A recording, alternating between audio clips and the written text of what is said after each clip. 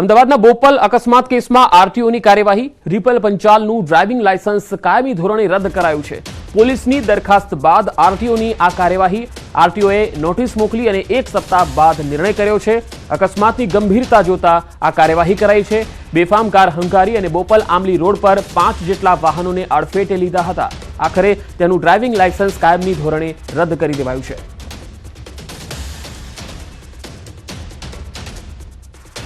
જ્યાં અકસ્માત થયો હતો એ પોલીસ સ્ટેશન વિસ્તારમાંથી અમને દરખાસ્ત મળી હતી અને દરખાસ્ત એના લાયસન્સ સસ્પેન્ડ કરવા બાબતની હતી। અગાઉ પણ એના વિરુદ્ધ 2 કે 3 ગુનાઓ નોંધાયેલા છે, એના વિગતો સહિત હતી અને એમવી એક્ટનું જે પ્રોવિઝન છે સેક્શન 19 એ સેક્શન 19 હેઠળ એનું લાયસન્સ અમે રિવોક કર્યું છે।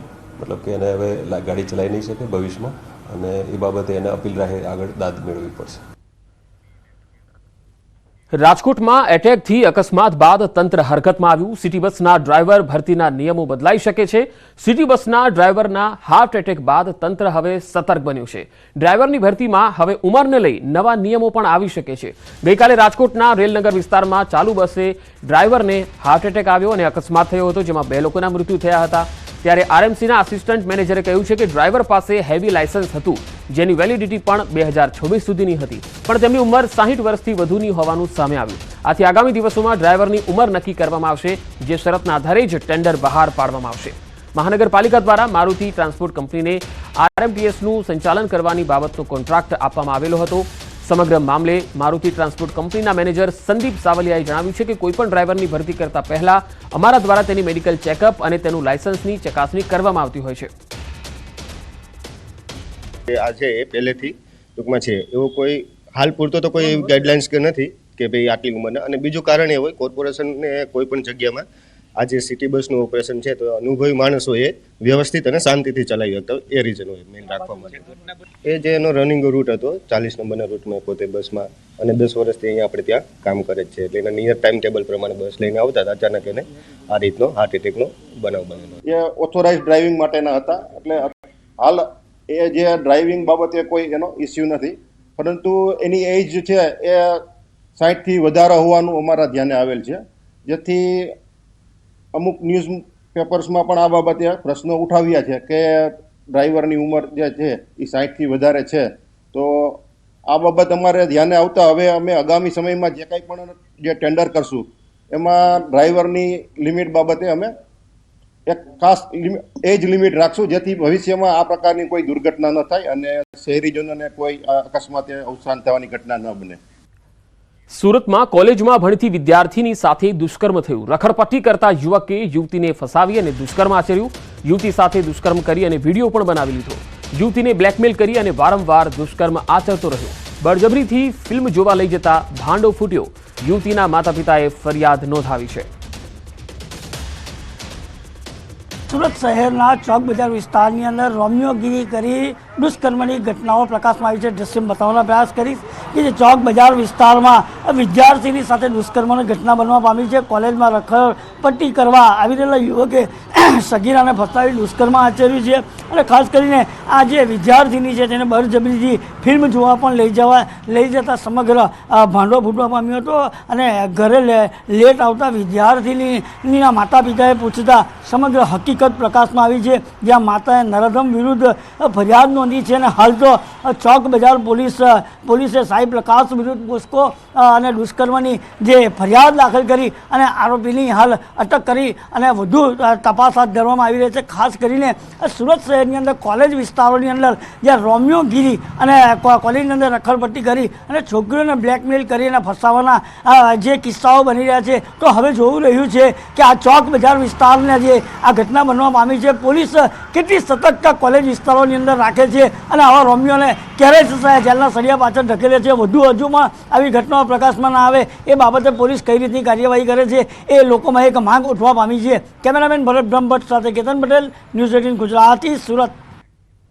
સુરતના લલિતા ચોકડી વિસ્તારમાં વેપારી સાથે હની ટ્રેપની ઘટના જોવા મળી। આ વેપારીને ફોસલાવી અને ઘટનાને અંજામ આપ્યો। 3 મહિલા અને એક નકલી પોલીસે ઘટનાને અંજામ આપેલો હતો। મોબાઈલના વેપાર સાથે જોડાયેલા વેપારીને ફોસલાવી તેમનો બીભત્સ વિડીયો બનાવવામાં આવ્યો। ત્યાર પછી આ વેપારીને બ્લેકમેલ કરી 1,70,000નો તોડ કર્યો। ભોગ બનનાર વેપારીએ પોલીસમાં ફરિયાદ નોંધાવતા 3 મહિલા અને એક નકલી પોલીસ કર્મીની ધરપકડ કરાઈ।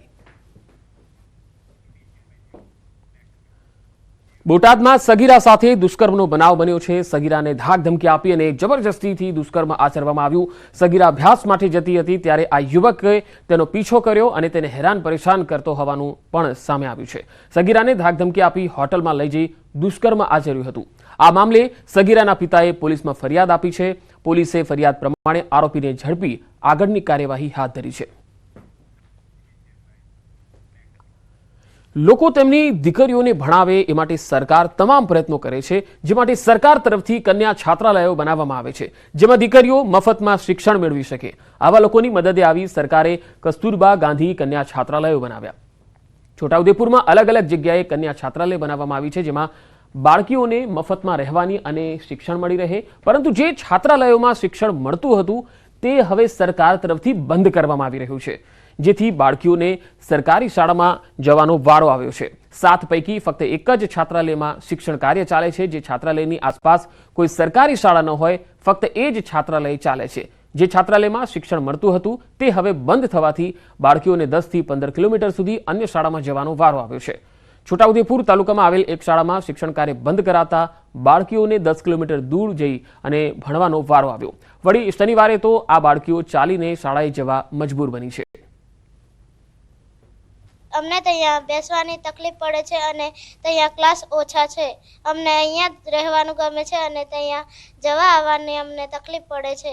પહેલાં અમને પૂરતા મેડમો અને ભણાવવા માટે ખૂબ સારી વ્યવસ્થા કરી હતી, જેનાથી અમે અહીંયા સારી રીતે ભણી શકતા હતા. ત્યાં છોકરા હોવાથી અમે ત્યાં સારી રીતે ભણી શકતા નથી. અમે સૌ 9 વાગ્યે બસ આવે છે ગમાણ ફળિયા સ્ટેશને, અને અમે ત્યાંથી બસમાં બેસીને SF હાઈસ્કૂલમાં ભણવા જઈએ છીએ. અને ત્યાંથી અમને આવવા માટે પણ ઘણી મુશ્કેલી પડે છે. અમે 75 વિદ્યાર્થીનીઓ બસમાં આવીએ છીએ અને ખૂબ જ અગવડતા પડે છે. એક જ બસમાં આવીએ છીએ અમે, અને શનિવારની બસ અમારે નથી આવતી, એટલા માટે અમને ઠેક ટાઈમ પેટ્રોલ પંપ સુધી ચાલીને જવું પડે છે. હા, અહીંયા ચાલતી હતી પહેલા, એ બંધ થઈ ગઈ છે. અત્યારે અલસીપુર છે ત્યાં પહેલા જતા હતા, ત્યાંથી બંધ કર્યા. અત્યારે છોટાઉદેપુર જવું પડે છે.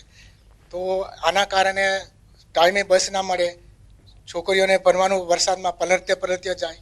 અને અહીંયા જો સ્કૂલ ખુલે અને શિક્ષણ કમ્પ્લીટ મળે તો છોકરીઓનું ભવિષ્ય સુધરે.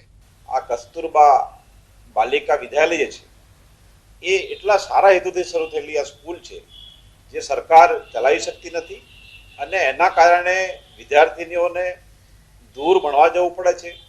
ટ્રાન્સપોર્ટેશનની વ્યવસ્થાનો પ્રશ્ન છે, ત્યાં એમની સાથે કોઈ સારો વ્યવહાર ના થાય, એવા પણ ઘણા બધા પ્રશ્નો છે.